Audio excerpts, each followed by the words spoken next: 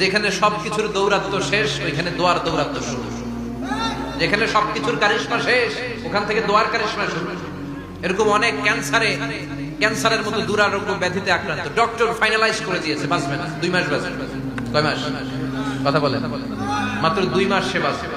তারপরে দেখা গেছে লোকটা 7 বছর বেঁচেছে। আছে না নাই? দোয়া, the power of dua.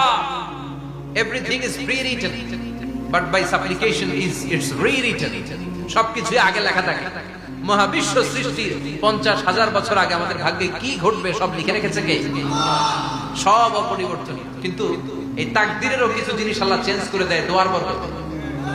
এজন্য দোয়া করার দরকার আছে না নাই? মায়ের কাছে দোয়া চাও, মায়ের দোয়া আল্লাহ ফেরায় না। মুসলিম ব্যক্তির দোয়া আল্লাহ ফেরায় না, মুসাফিরের দোয়া আল্লাহ ফেরায় না।